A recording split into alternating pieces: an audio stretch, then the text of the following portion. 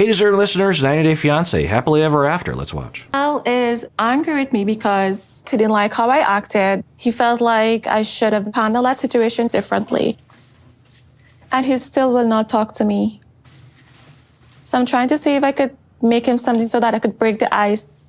Okay, so we're seeing a pattern in which he uses silence and stoicism to cope and or communicate what he's feeling. Instead of saying, hey, I didn't like the way you approached her last night. I felt like you were being unfair.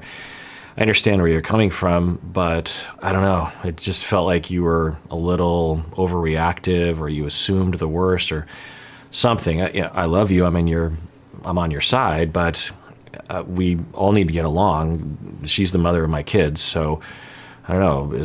Let's work on that. Something like that.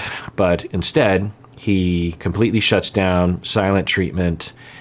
I'm guessing for those very common two reasons. One is to cope. A lot of people will become silent because they have impulses and urges to say things that they've learned are destructive. They're not sure. They've matured enough to know, like, well, the first urge and impulse I have out of my mouth is probably not great, or at least I'm not sure if it's safe or prudent to just be spontaneous with like the sentences that are running through my mind. So it's better I just not say anything. I mean, that's the thinking. Of course, there are other options besides doing that. One of the things that I suggest to people is to say it out loud. Say, so I have a lot of sentences running through my mind that are very hostile, and I'm guessing that it feels fair to me to say, but I'm guessing they're not fair because I'm probably just in a terrible mood right now. And so I'm really trying hard not to say those things. That's not your fault. This is just me. So if I'm coming across a little quiet or in a bad mood, it's because of that. And that can sometimes, do a lot of good. The other reason why people are giving the silent treatment is they're trying desperately to communicate, you hurt my feelings. It's obviously not a very effective way of communicating that, but that is their hope, because they do not believe that to communicate directly is going to work. And so we've all, of course, been there. We all will give the silent treatment under some circumstances. Some people are more prone to it than others, particularly people who were raised as avoidant individuals. They learned early on that there's just no use in being vulnerable, in seeking to communicate your feelings, because it's so rarely attuned to. Now, the temptation from the outside is to see people like Bilal as having no emotion. But make no doubt about it, the emotions inside individuals like this are tremendous. In fact, they're often much more primordial and primitive and unfettered than people who are more outward with their emotions, because they've never been able to communicate their emotions. They've never had, or very rarely have they had their emotions attuned to. And so they have 1, 2, 3-year-old versions of emotions that they're constantly keeping a clamp on. So let's watch and see how so the other thing I'll point out is that he is giving her the silent treatment, and she's once again pleading with him, gestures of love and I don't know, obedience or something. So we're seeing that, more of it. For me? Thank you.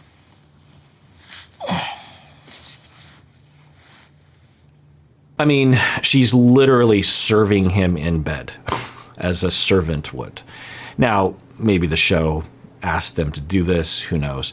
But I often will think, okay, the producers can ask y'all to do something, but you could also refuse. I mean, think about Mike and Natalie. I got the feeling like Mike was asked to do a lot of things, and he would actively defy the producers. I'm not going to do that, because he was just so shut down. And so I think he kind of cared about being on the show, but there were a lot of signs pointing to like he was enduring it, at least some of the time.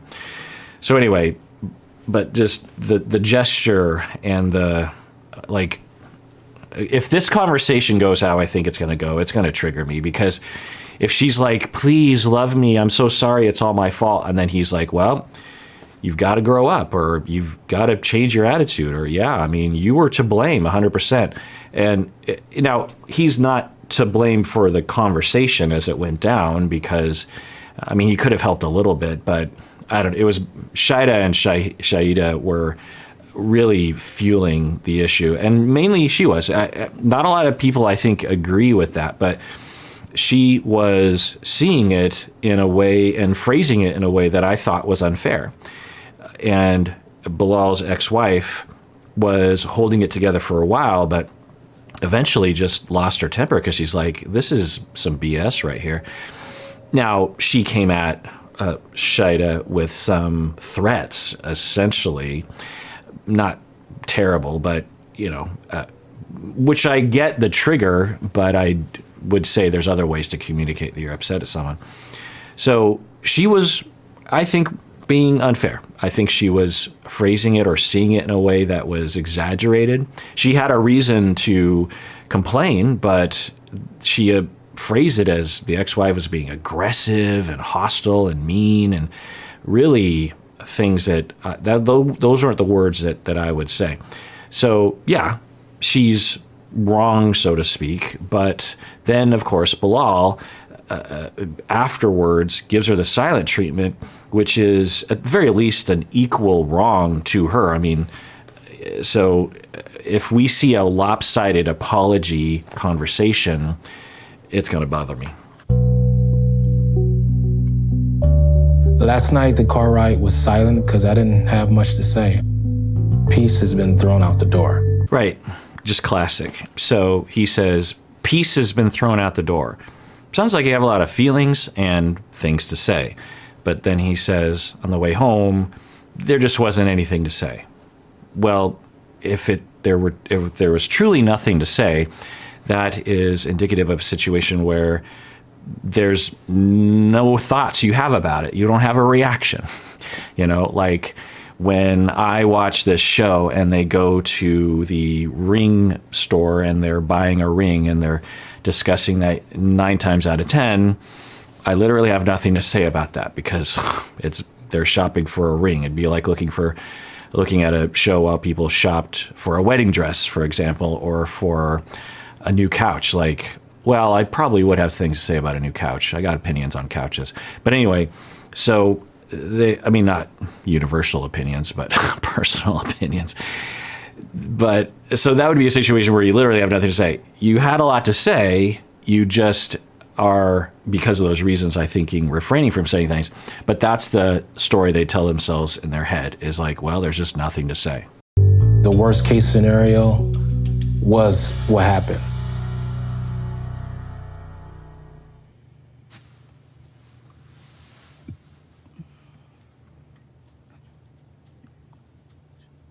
It's very frustrating.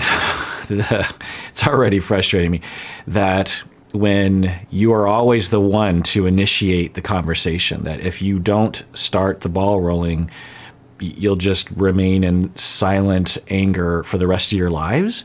It's like, say, now in this instance, I think it's fine if Bilal's kind of waiting for her to say something, but I don't know.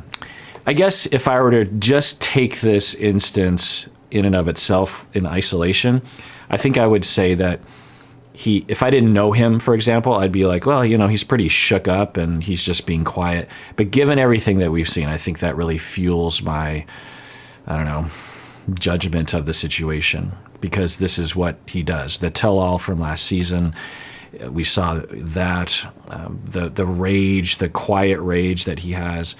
So, and I anticipate a very one-sided conversation, a very punishing, belittling conversation. So I think I should reserve judgment. Let's see how this works. Oh, Yep.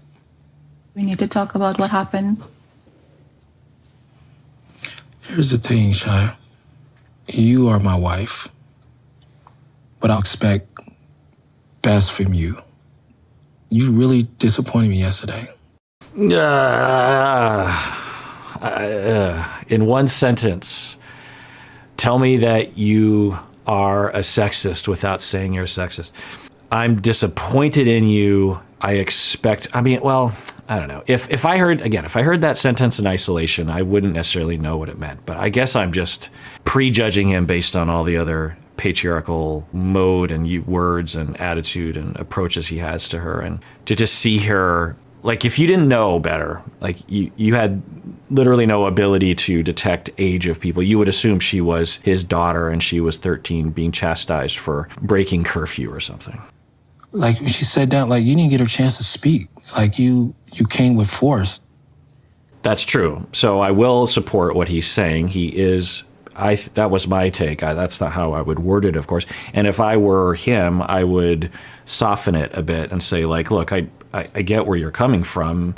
I wasn't there. He could watch the show. Although this was filmed way before, this is filmed, it's right now, it's September. So this looks winter time. So he might have seen it. Anyway, he could have taken her word for it that she was, at least, his ex-wife was kind of hostile, right? And he could say something like, it sounds like she came out a little judgy, so you were absolutely right to be upset about that, but I'm guessing you might have exaggerated it a little bit. I mean, you used words like aggressive and I can't remember other kinds of words. And so I think that whole thing was kind of on you. Can I help in any way? What's going on? Maybe I'm wrong. Just that kind of language instead of just, and really, even if you were talking to a teenager, you should be using that language. Just another human being rather than this judge upon high. I'm sorry if I disappointed you, but at the same time, you have to understand, when she came into my house, she didn't give me a chance to speak. Yeah. So again, it's not how I would characterize it. She did give her a chance to speak. She did speak, but that's how she sees it. That's how it felt to her or something, which is okay. And I haven't thought about this, and maybe other people have, is that maybe for Shaeeda, it's rational or normal for her to consider the ex-wife to be a threat. The ex-wife is integrated into the family and community.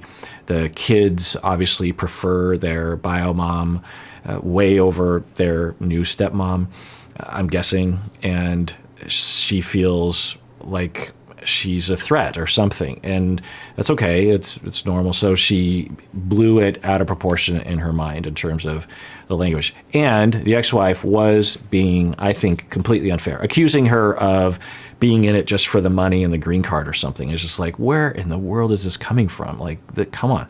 But the thing that I'll say about this is, and this is something we can all apply to our own lives, is that when you do not validate, and when you, as a person, do not feel validated, then we have a tendency to dig in and continue to assert ourselves, maybe even exaggerate it because it feels that way, and or we are trying to really make a point. And when we're in conflict with our spouses, it's universal that two people will do this. It's almost universal that we will not validate well enough. Very few couples validate in a way that I would consider to be most of the time, functional and healthy. It's really hard to do. We're human beings. We get triggered easily. We get in our own perspective.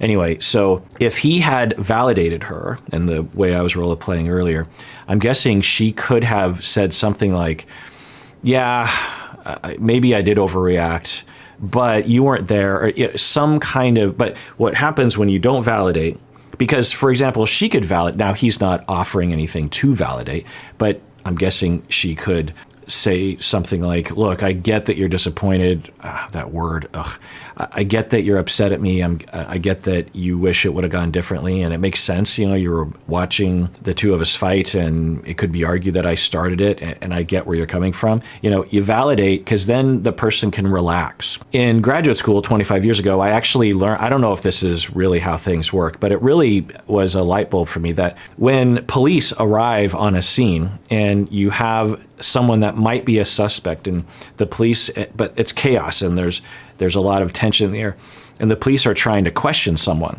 and they're saying, were you the guy that did this? Or if the police come at the suspect with a lot of aggression and And the suspect is like, yeah, that wasn't me. I wasn't there. I just did it. And the suspect is trying to explain something. If the police do not validate or don't hear them or indicate that they're hearing them, the suspect might escalate in their rhetoric and in their emotions, which can result in very poor outcomes for everyone.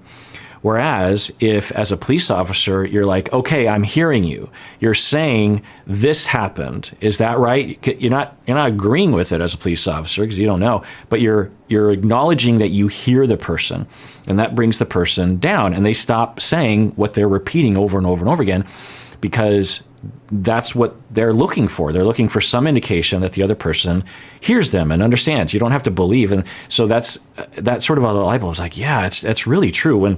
When I, for example, feel like people are not listening to me, I have this tendency to just explain again, sometimes twice as long as the original explanation, sometimes exaggeratedly. And that will be bothersome to the other person because I'm just repeating myself. And I'm maybe getting more intense. There's a lot of words in there. It's probably annoyingly so, as a narcissistic kind of, wave of words, and it's all about me.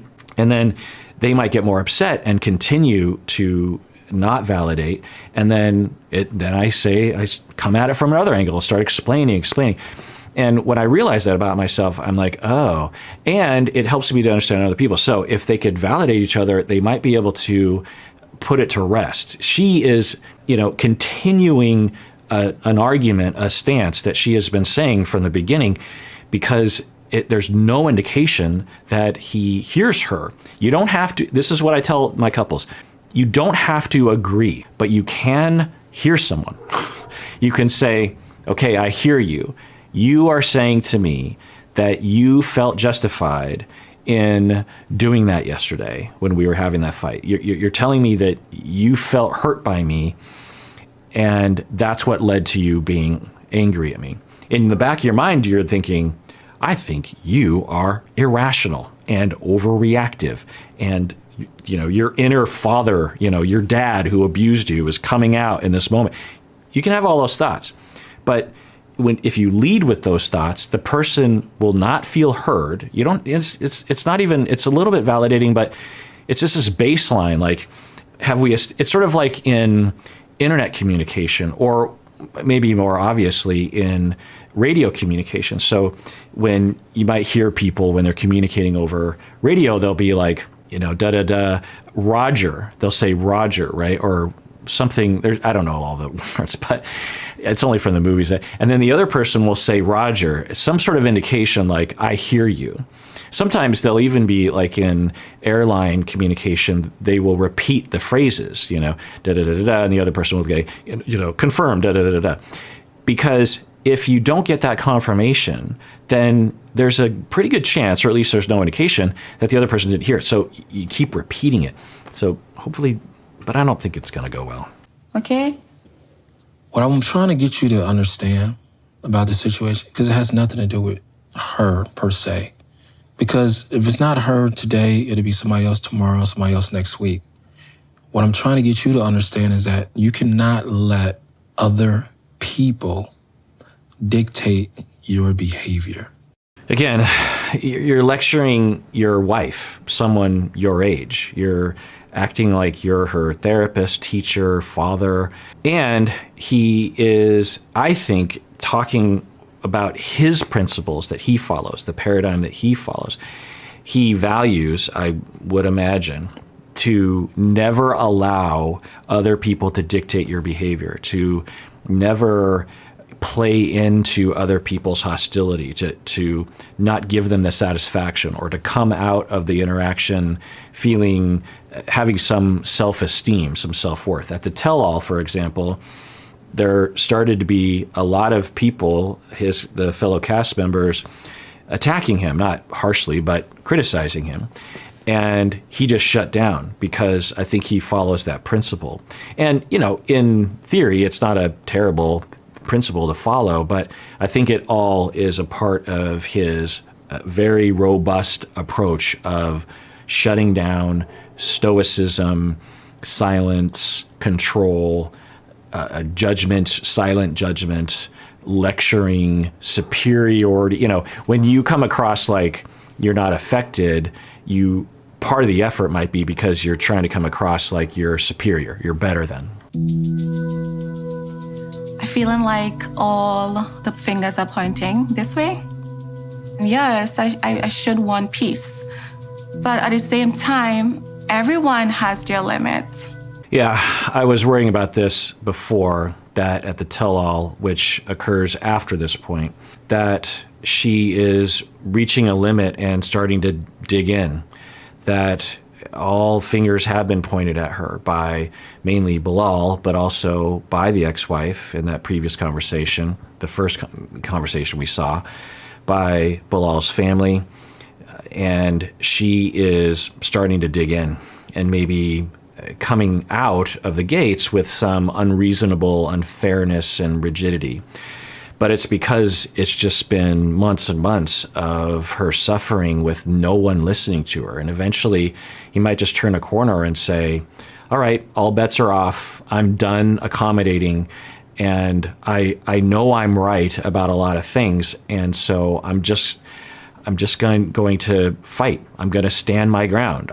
You've painted me into a corner, I don't know, I'm not, what analogy should, you've pushed me back farther and farther and farther, and now I'm by the edge of the cliff. I go no further than this. And so I was worried about that, because now she could actually be rigid and unreasonable in a way that is actually deserving of others to say, hey, you're being unreasonable, but it's only because of the history, right?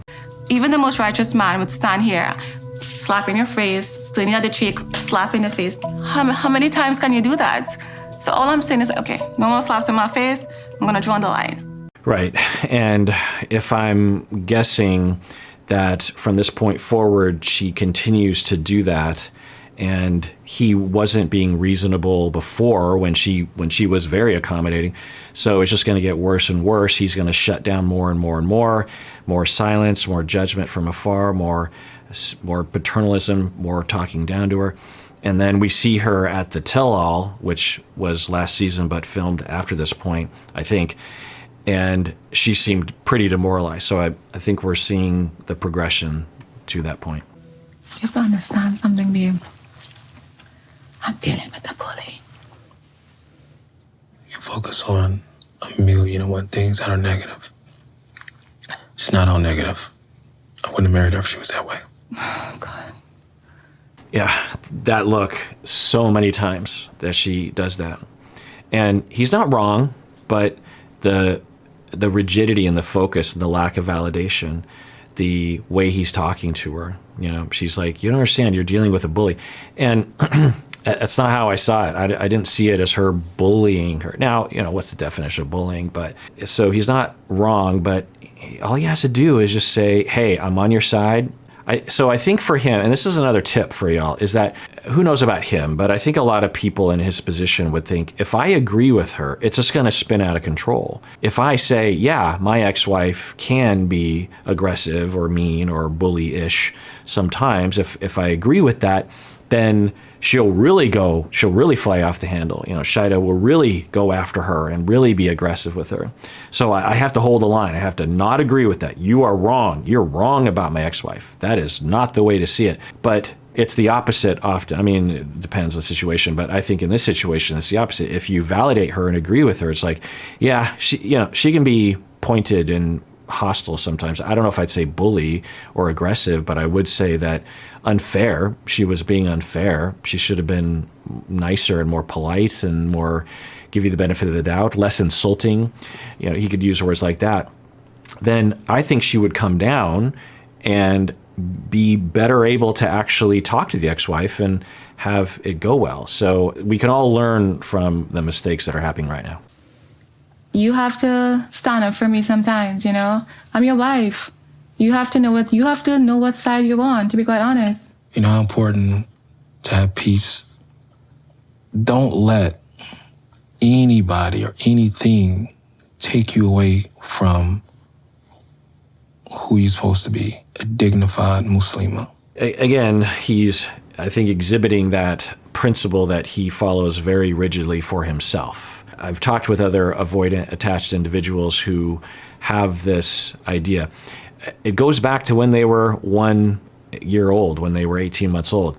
It wasn't conscious or even verbal back then, but they were signaling that they needed things, that they were wanting connection to their parents, to their caregivers, and they were not getting enough back, sometimes very little back, very little attunement back. And so they feel, especially as they get older, they start to feel really humiliated by the extension of vulnerability and the lack of response from other people. You just feel like, okay, I don't matter. I'm not good enough. They don't care. They don't really love me. I'm not on their agenda. I'm not a priority to them.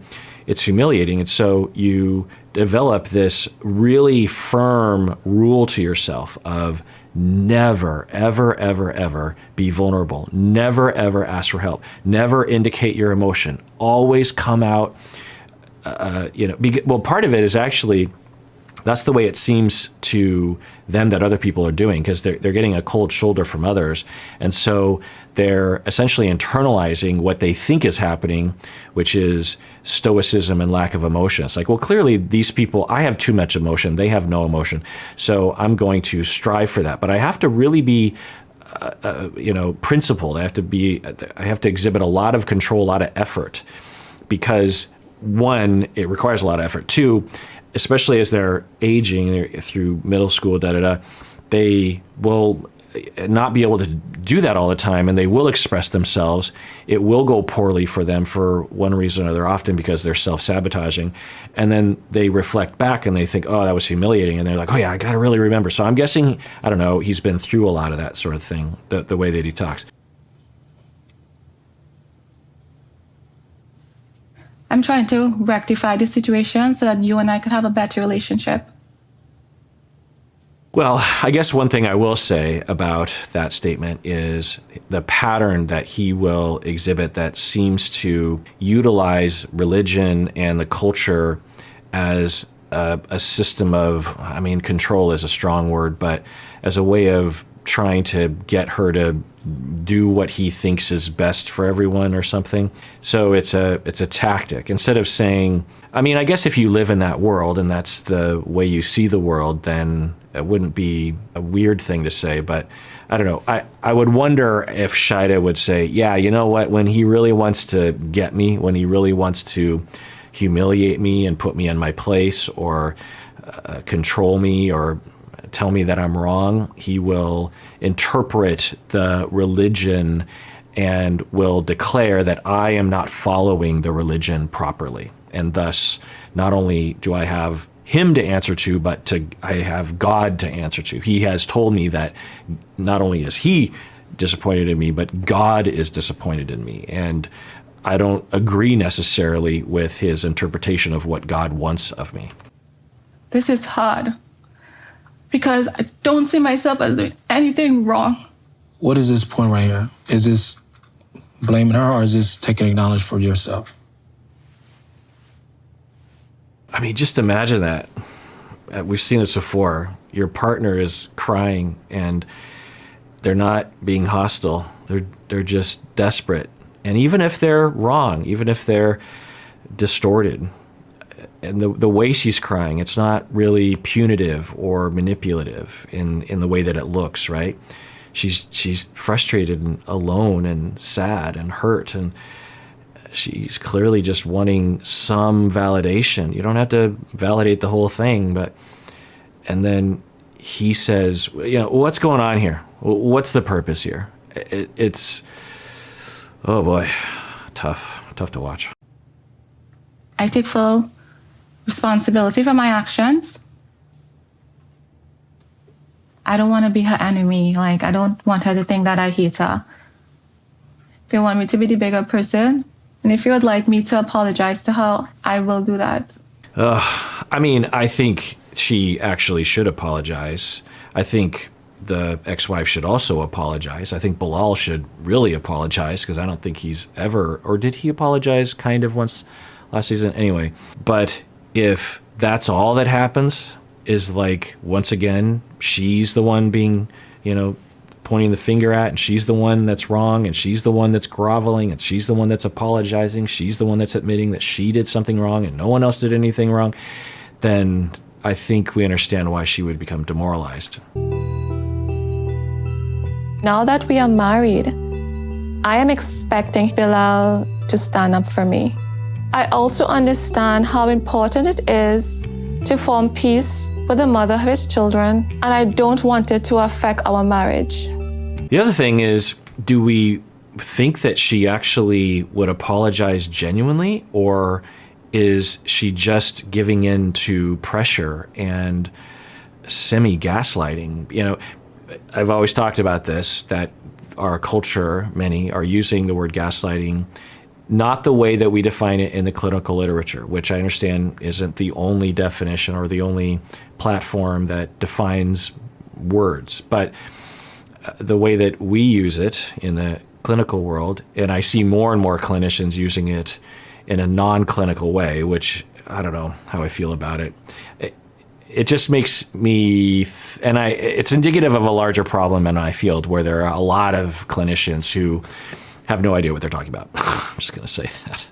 It's one thing to not know things, right? It's okay not to know things, but it's another thing to say shit and you don't have any reason to believe you know enough to say that stuff. So it's embarrassing to me because, you know, their problematic behavior rubs off, makes me look bad to some extent, and it's just a larger general issue, a problem in our society of people thinking they know stuff when they just don't. I mean, it's, you know, politicians and your uncle on Facebook talking about, you know, the vaccine or about global warming or, you know, whatever in politics or science stuff or supernatural stuff. And it's just like, there are scientists that study this anyway. So the experts who have been the ones who coined the term gaslighting as it applies to human beings,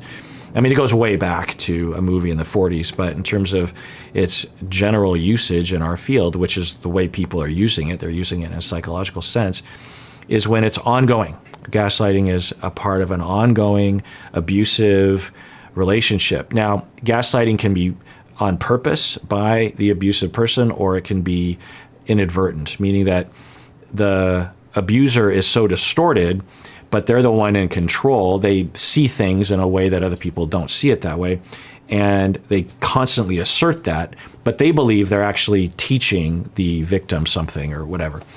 And then over time, the victim starts to question if they have a grasp on reality, if they can judge anything without other people validating them, you know? So there's that, but then there's the purposeful, psychopathic, or sadistic. The abuser knows that they are trying to make the victim not understand how or feel lack of confidence in judging reality. So we could potentially apply it to this relationship based on what we're saying. We have no idea what's happening. I don't know if abuse is happening. I don't know if any of this is real. But in terms of what we have been observing, what's been shown to us is this very consistent approach, not only by him but others, that she is stupid, wrong, irrational, overreactive, childish, unable to judge things correctly, incompetent in a variety of ways, dirty, disgusting, disheveled, you know, all these words, a gold digger. There was that whole prank thing. And so she is getting all these messages. She seemingly doesn't have anyone in her corner. I mean, she has her family back home, but, you know, they're not there. They don't know what's happening. And over time, you could start to question, if you're her, maybe I am dumb and incompetent and irrational and overreactive and immature and like a child. Maybe Bilal, everyone seems to be agreeing that he is this, you know, pillar of society and psychology and behavior and religion. And so maybe I don't know. And so there's that possibility. But I think what is in all likelihood happening is that she's resorting to the one road that she feels like there's a way out of this problem to reduce the stress, which is, okay, fine. I will agree to apologize. I'll take full responsibility, even though I don't really believe that to be true. And it's just going to compound the pain and the anger I'm going to have, which is going to cause me to be more rigid in the future and thus more likely to incur criticism. So it's really unfortunate to watch. I just hope in the future, Bilal could show me that he has my back and he's going to be on my side. Yeah, and that's another pattern of hers, is that at the end of the day, that's what she says. I just hope that things will change, even though that they've never been that way. Now, I'm holding out and hoping that behind the scenes in their real relationship, things are a lot more flexible and varied in terms. I'm guessing this also happens behind the scenes, but I'm hoping that he has a more variety in terms of the way that he approaches these sorts of things, because I don't know, that's just what I'm holding out for. Are we good? Inshallah.